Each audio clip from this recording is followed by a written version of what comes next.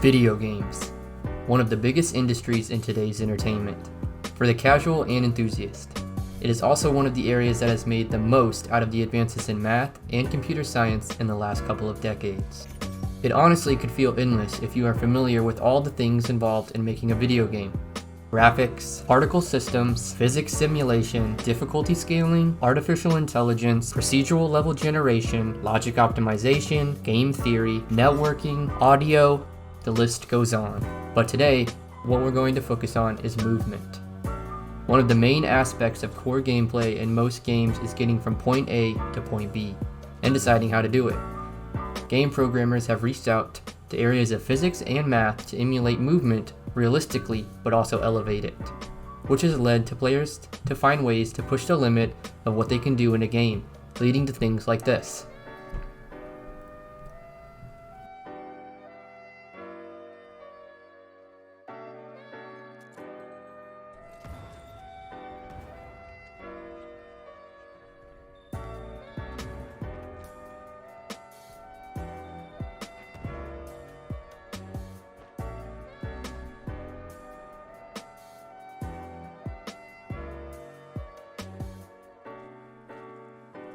Vector addition and subtraction are essential operations used in video game movement, allowing game characters to move in various directions and navigate through the game world.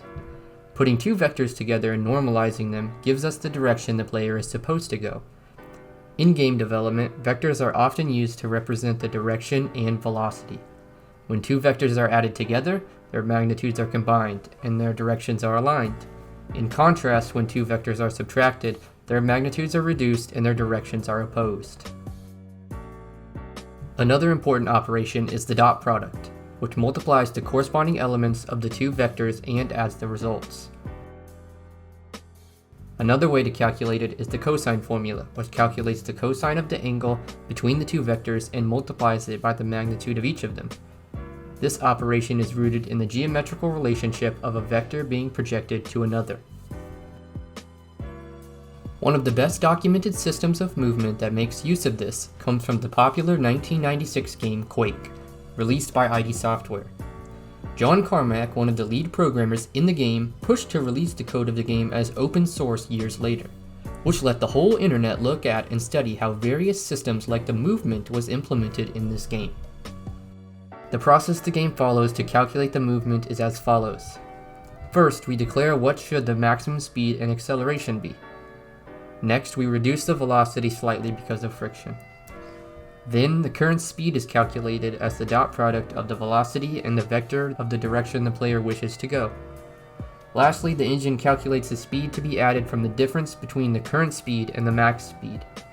The value can range from 0 to a constant to limit a player's acceleration.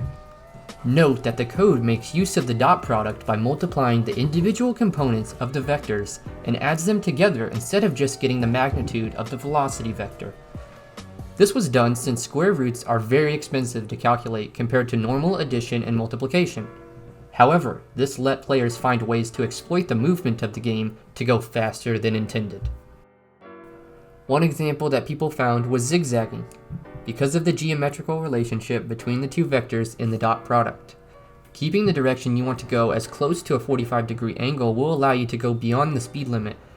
This has a small window just because of the clipping added to the speed. Taking this to the next level made use of jumping, where the ground friction was no longer an issue. This also allowed it to take very sharp curves with no problem. And also, it allowed people to run diagonally into walls, maximizing the time you could be in the sweet spot angle.